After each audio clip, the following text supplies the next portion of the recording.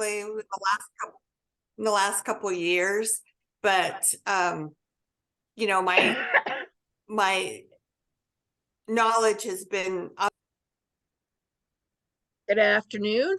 Welcome to Lest with the Tea We Forget with your hosts Lisa Skinner, Betsy Wurtzel, and Lillian Cauldwell.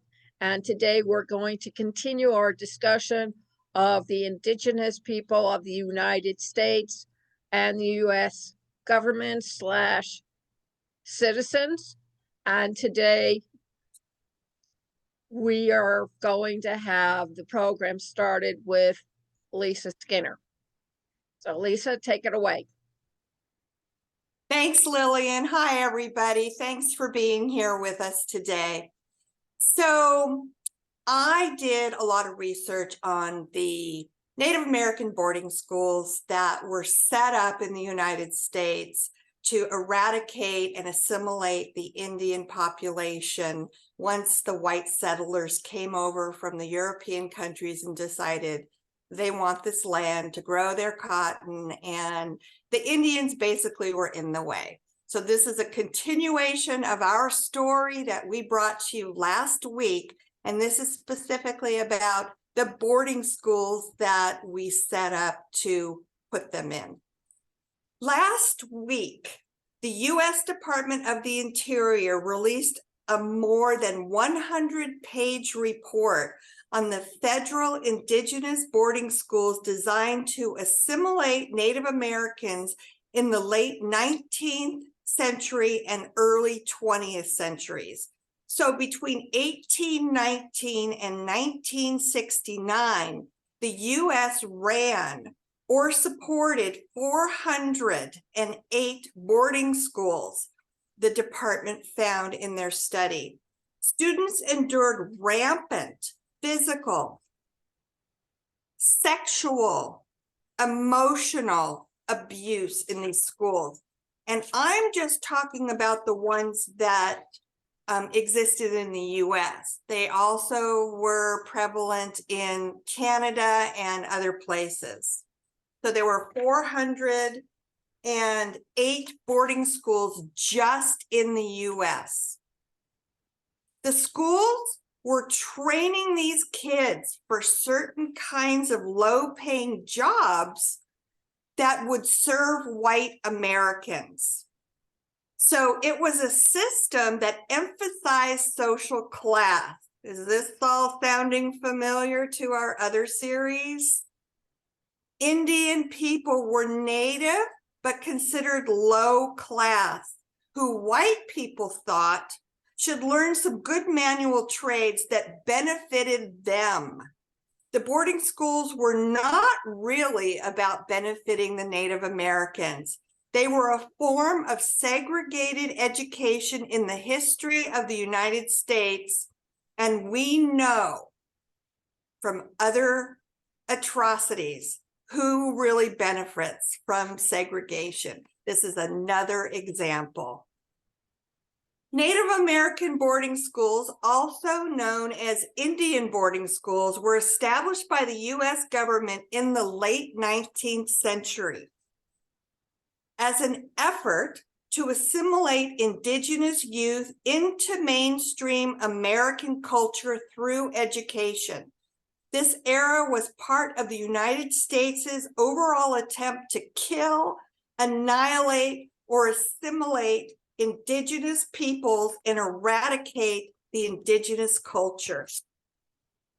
The Native American boarding schools first began operating in 1860 when the Bureau of Indian Affairs established the first on-reservation boarding school on the Yakima Indian Reservation in Washington. Shortly after, the first off-reservation boarding school was established in 1879. This was the Carlisle Indian School, located in Carlisle, Pennsylvania, and was founded by Richard Henry Pratt. He modeled the boarding school off an education program that he designed while overseeing Fort Marion Prison in St. Augustine, Florida. He developed the program after experimenting with Native American assimilation education on imprisoned and captive Indigenous peoples. Pratt served as the headmaster of the Carlisle Indian School for 25 years and was famously known for his highly influential philosophy, which he described in a speech that he gave in 1892. He stated, and if you're not sitting down, sit down. A great general has said that the only good Indian is a dead Indian. In a sense, he agrees with that sentiment, but only in this, he says that all the Indian there is in a race should be dead. So kill the Indian in him, but save the man. And this was the philosophy of what they wanted to do. Why waste good laborers just because they are of Native American culture? So we'll kill the Indian part and save the man so they can do manual labor for us that we're going to train them to do. Carlisle was significant because it was the model for other government boarding schools. It came early in the history, and a lot of the ideas for Indian education were tested out at the Carlisle School. For example, at the time, people thought Indians had to go into manual trades because they were good with their hands. They weren't educated to be doctors or lawyers or teachers. And so Carlisle had this program where students would spend half the day in the classroom, and then students would be trained in vocational work the other half of the day, and the other schools copied that model. Attendance to the boarding schools was made mandatory by the U.S. government, regardless of whether or not Indigenous families gave their consent. So even if the parents fought it, they mandated that they attended these schools. It was like being sent to prison, basically. Upon arrival, the Native American children were given Anglo-American names, bathed in kerosene, given military-style clothing in exchange for their traditional clothing, and their hair would be shaved off for the boys and cut into short bob styles for the girls. Education primarily focused on trades to make Native students marketable in American society. The male students were taught to perform manual labor such as blacksmithing, shoemaking, and farming, amongst other trades. On the other hand, female students were taught to cook, clean, sew, do laundry, and care for farm animals. Standard academic subjects like reading, writing, math, history, and art were also taught. However, these subjects emphasized American beliefs and values. For example, students were taught the importance of private property, materialized wealth. Students were forced to convert to Christianity and celebrate American holidays such as Columbus Day. Richard Henry Scott eventually implemented a placing out system that placed Native American students into American communities for a certain amount of time, varying from a summer to a full year. These programs tended to exploit students and use them for domestic and physical labor. Another example of slave labor. Native students were not allowed to speak their native languages. They were only allowed to speak English regardless of their fluency and would face punishment if they did not. The discipline enforced at these boarding schools was severe. Punishments varied and included privilege restrictions, diet restrictions, threats of corporal punishment, and even confinement.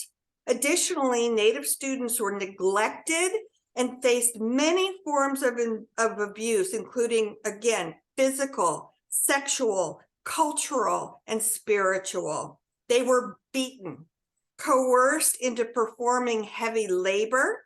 Their daily regimen consisted of several hours of marching, and recreational time consisted of watching disturbing movies about cowboys and Indians.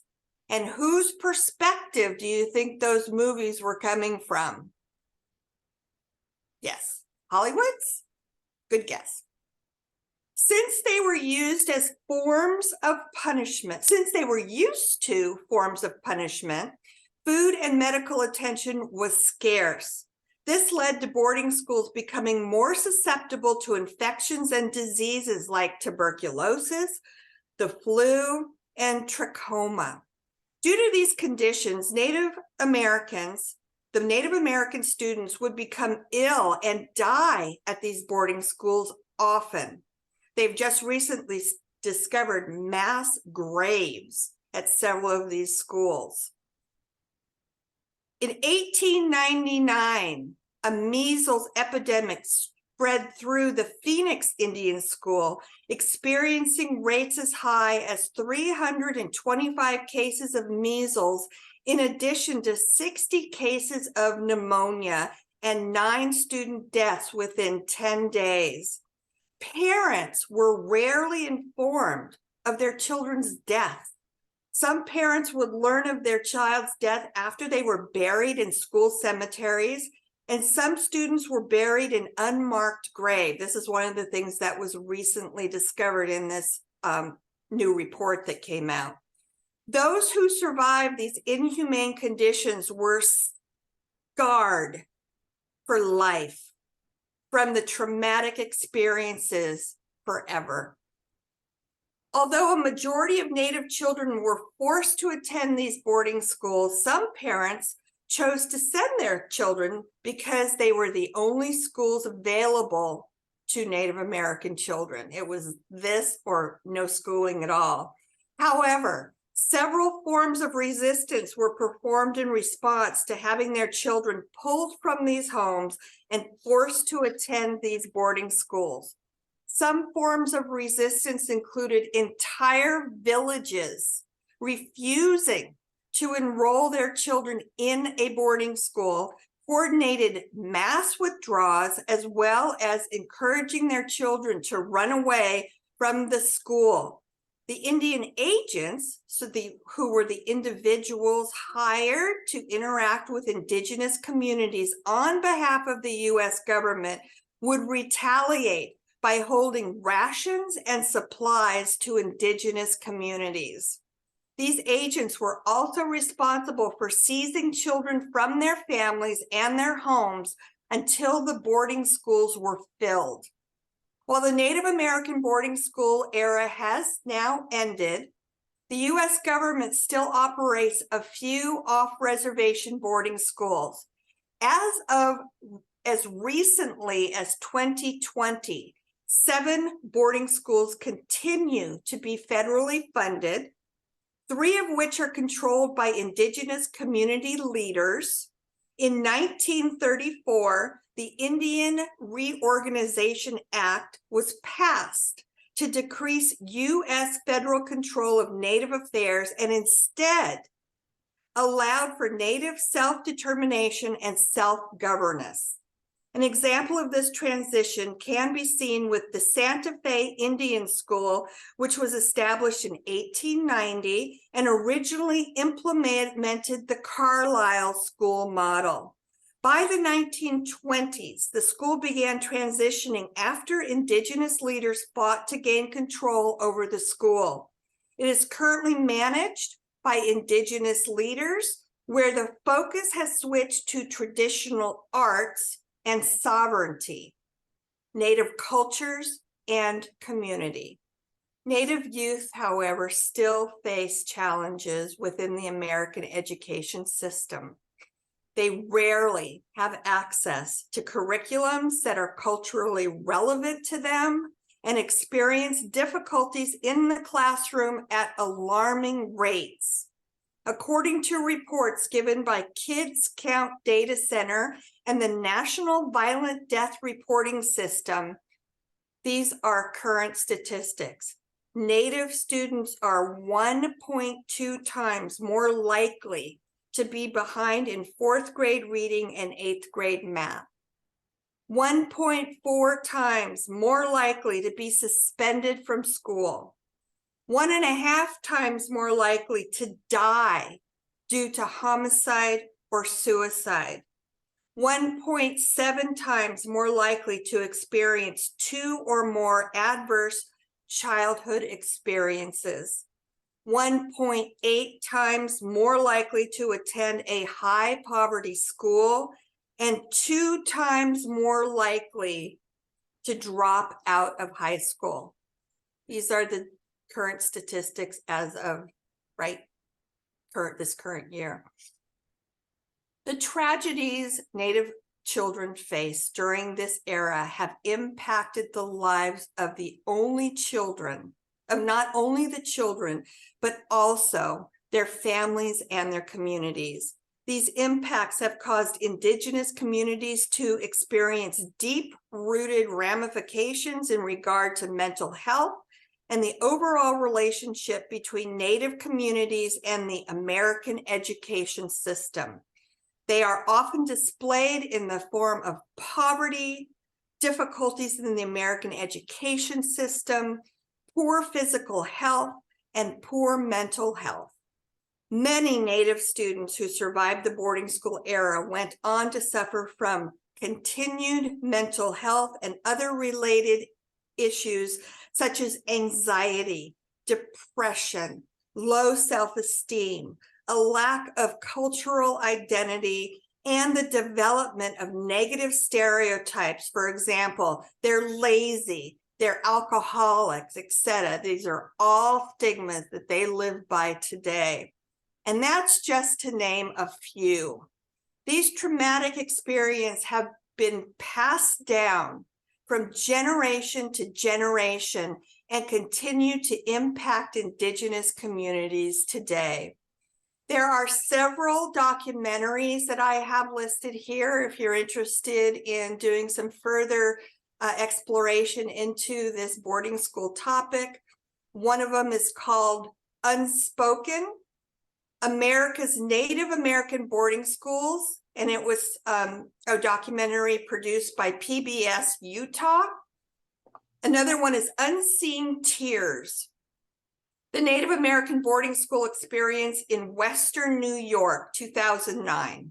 And then there's some literature that has been recommended on the topic.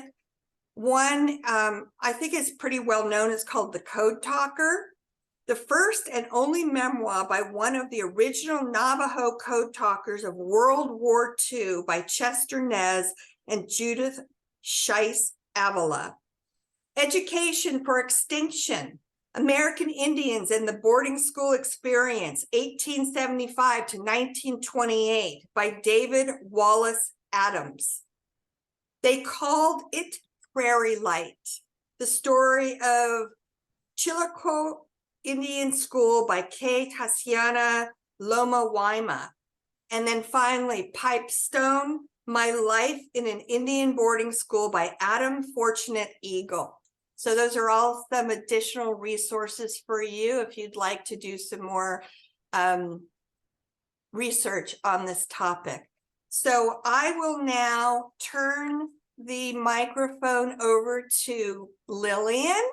And Lillian, if you want to add to anything that I shared with the audience or comment, it's your.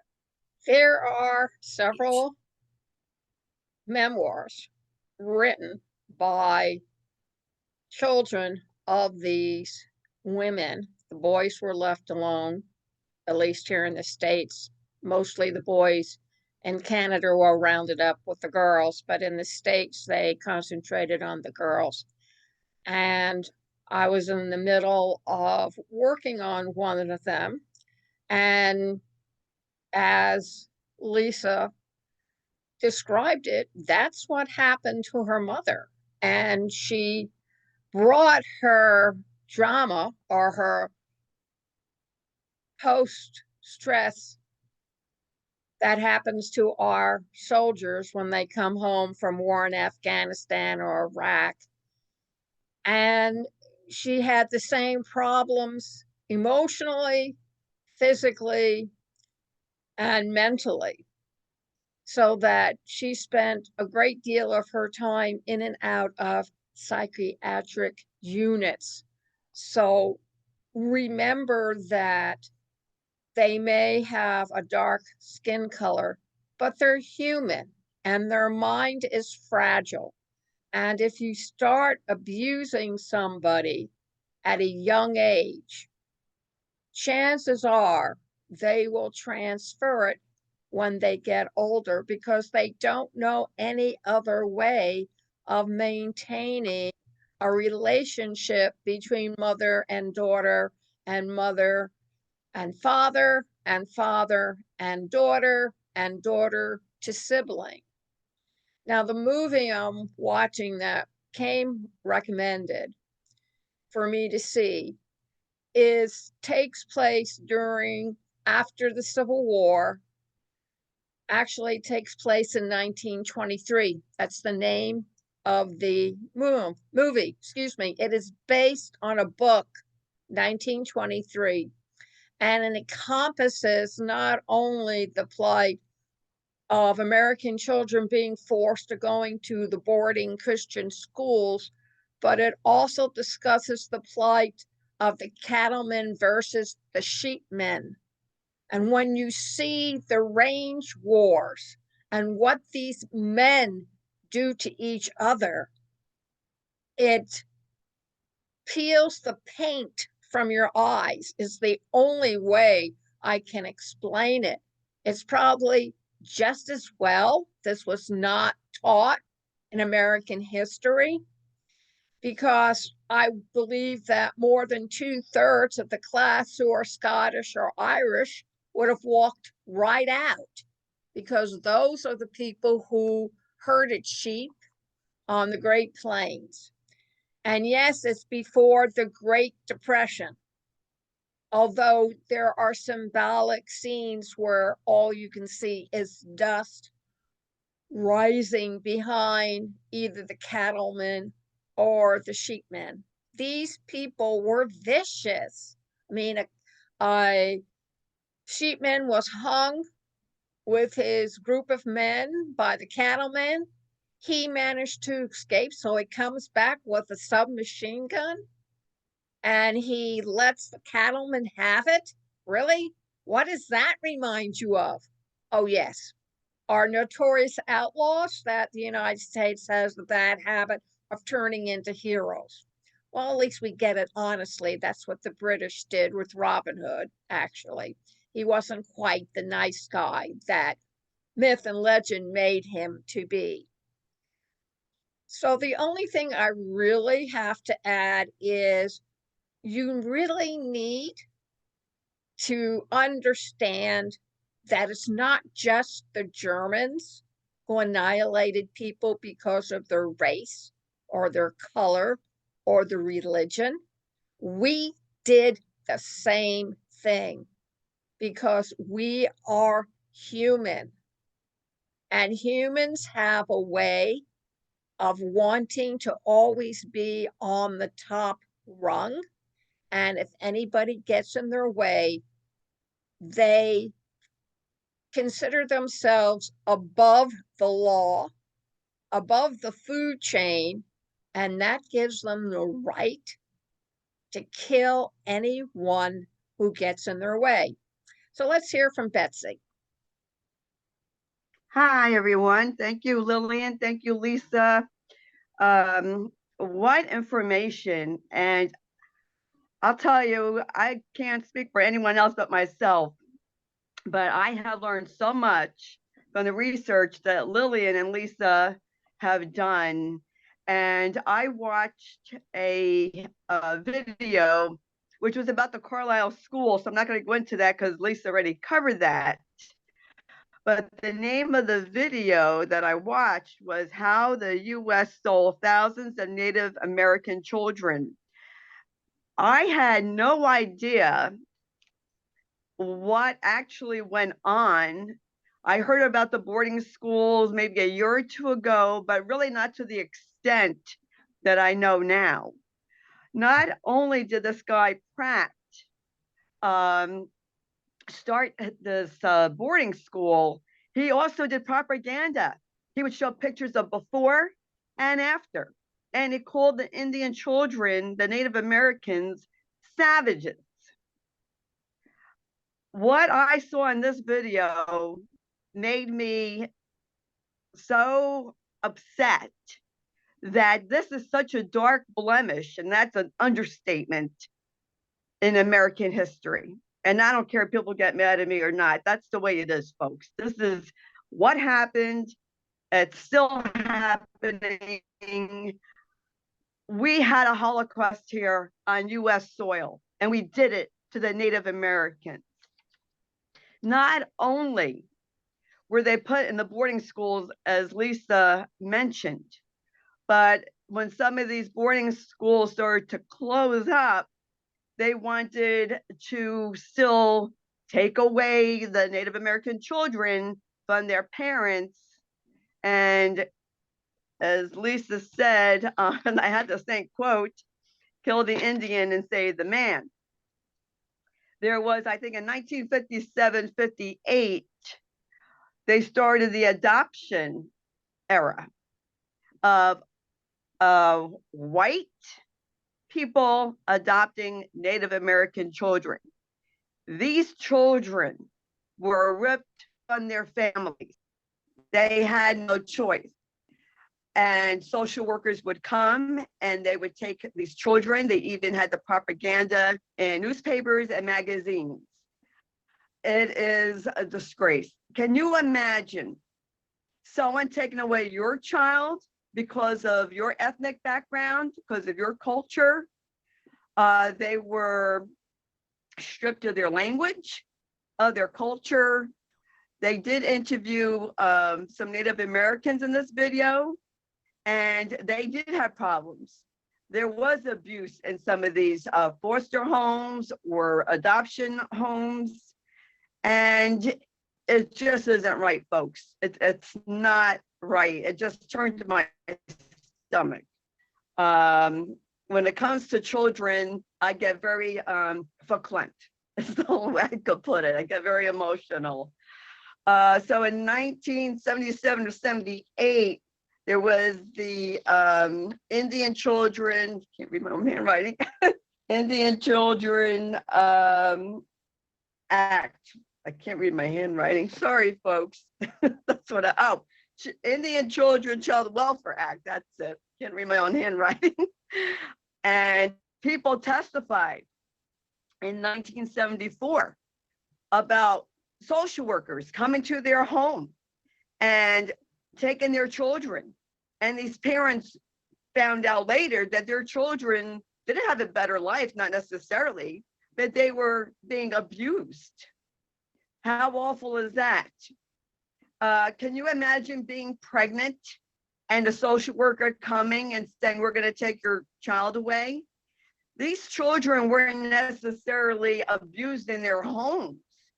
They thought by, I would say, white standards, white American standards, that these children were abused because the families, they lived together. You might have several generations living in a home, might have been overcrowded. That happened in other cultures too, where multi-generational families lived together. Did they take away those children? No. And being ripped apart from their family. And it did leave a scar on these individuals. One woman said she became a drug addict. And as Lillian mentioned, it's generational. You know, hurt people hurt people. Crap, rolls downhill. If you're getting treated like crap, you're going to treat someone else like crap. If you're being abused and you're hurt, that's going to be, it goes forward until it's stopped, until there's education to stop it. And I was really appalled to find out this information. I feel really bad for the Native Americans. And if there's any Native Americans and you're listening, I apologize on behalf the United States of America, because I just think it's awful. Let's have some empathy and how you would feel if this happened to you. If you were a child and you knew enough that you remembered your mom and dad and you were taken away for no other reason but you're an American Indian, a Native American. And that's what I have to say. So thank you for listening. Thank you, Lisa and Lillian, for coming up with this idea for the show and all the research. And I really have learned a lot. So thank you for opening up my eyes. And thank you, everyone, for listening. Here's one thing I might like to add. Remember the orphan trains when they gathered all the kids that were living on the streets of New York City and they put them on trains and they shipped them out west? They did the same thing with those kids who were homeless and living on the street. They were taken by most ranchers and farmers to use them as slave labor. Remember those Mexican and South American kids that were taken from the immigrants 2 years ago and absorbed into our system? It was supposed to be for the good of the parents. Guess what? They still haven't found a lot of these kids yet to be reunited with their parents. It makes you think that perhaps the time has come that women need to get together and say, enough is enough. No man should have the right to take a child from grandparents, grandmothers, parents, if there's nothing wrong with the culture, the society, and most importantly, if that child is being cared for. And I too apologize to the American Indigenous people. My descendants, not my descendants, sorry, my previous people who dated me, I always forget that word, didn't come here until when they were fleeing from Germany. But I'm sure that if I look far enough along, I'll find a friend's ancestors running around, probably being involved. And I just think that we as citizens should demand the truth of history.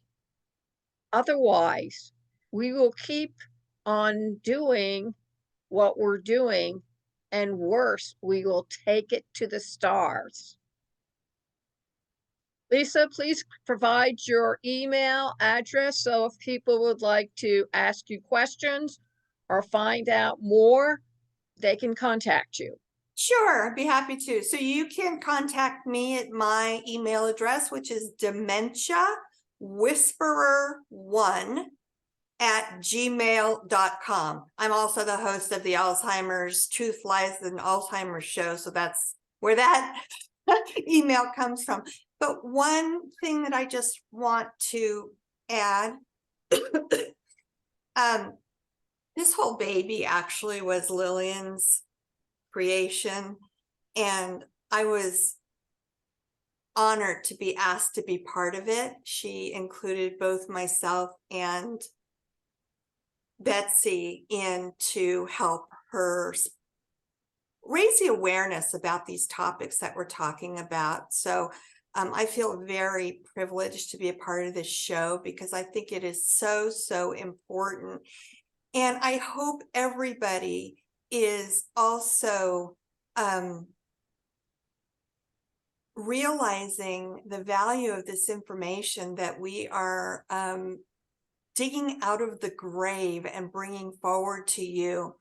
Our intention for this whole show, the whole objective of this show, is to lead that elephant out of the attic where it's been hiding for generations and put it smack dab back into the center of the room where it's in our face, it's not going away, and people have to recognize that just as Lillian's vision was of the whole purpose of the show.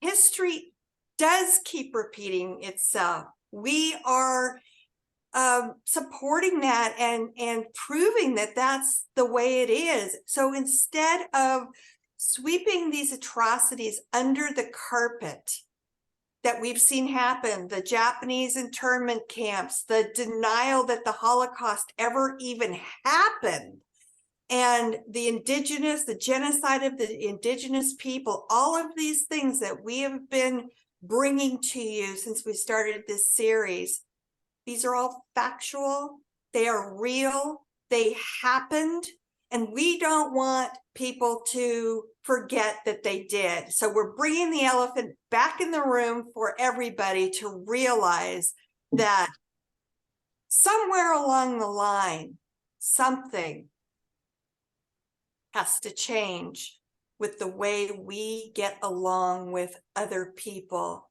and stop trying to eradicate them because they're different than we are. Thank you.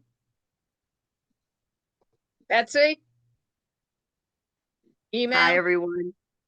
Yes, my email is sloanbetsy31@gmail.com. And I agree with what Lisa has to say. And Lillian, we need to bring these uncomfortable topics up. We need to talk about them till they do become comfortable to talk about. And I had to add something that I forgot to say when I was discussing about the adoption. These parents didn't agree. They were penalized. They didn't have their food rations. They did, the government made their life miserable. Some of these parents camped out near their schools to be near their children. It's really mind-boggling that this happened in the US. And we need to talk about it, because if we don't remember our past, we're going to keep repeating it. And it seems like we do keep repeating it. One generation after another, one cultural versus another culture of immigrants. It just keeps going on and on. We have to stop the hatred.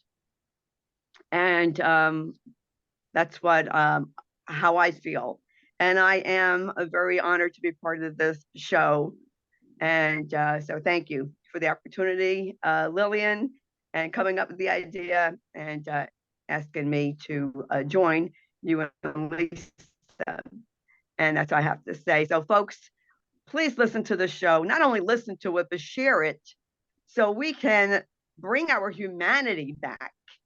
Let's bring back, I might be a child of the hippies. Let's bring back our love and humanity.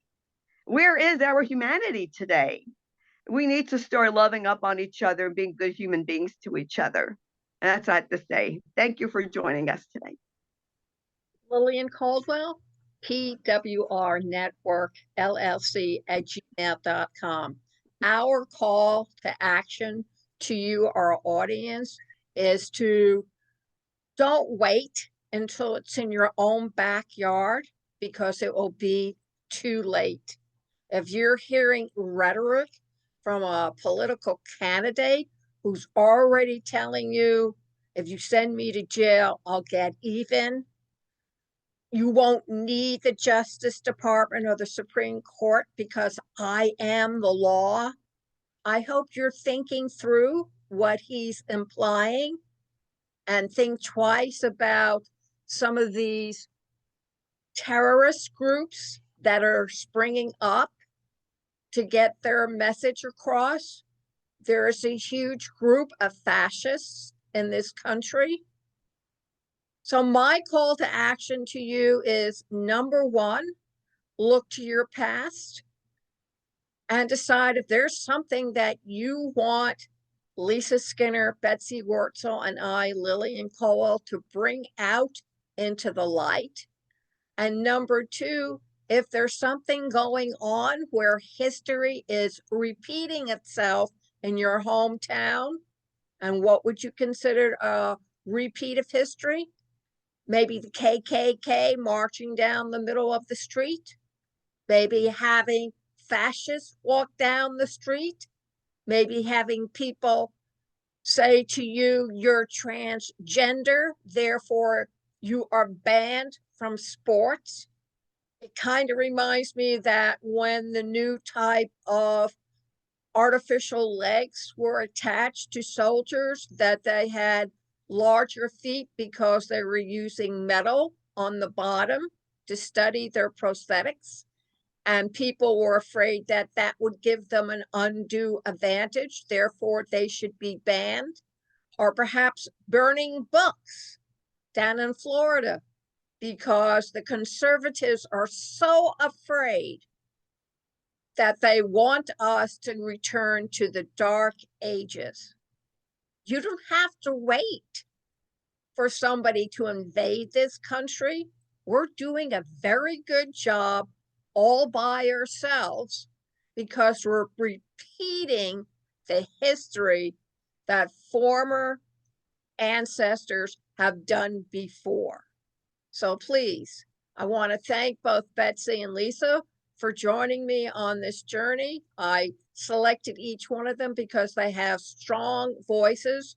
They're women of conviction and they don't stand down. They're the kind of people you want when you're sent to the lion's den and chummed with bait before the lions attack you. So on that note, thank you very much for listening to Lest We Forget on Passionate World Talk Radio Network, a subsidiary of Global Media Network, LLC. You can hear this all over again when Jeannie White, the station manager, posts it on our blog, and she will provide you with links on Bitly, and you'll also hear it on youtube.com, facebook.com/live, and all 12 major podcast video directories. Thank you very much. And next week, we will be talking about manifest destiny and the United States. Thank you. All right.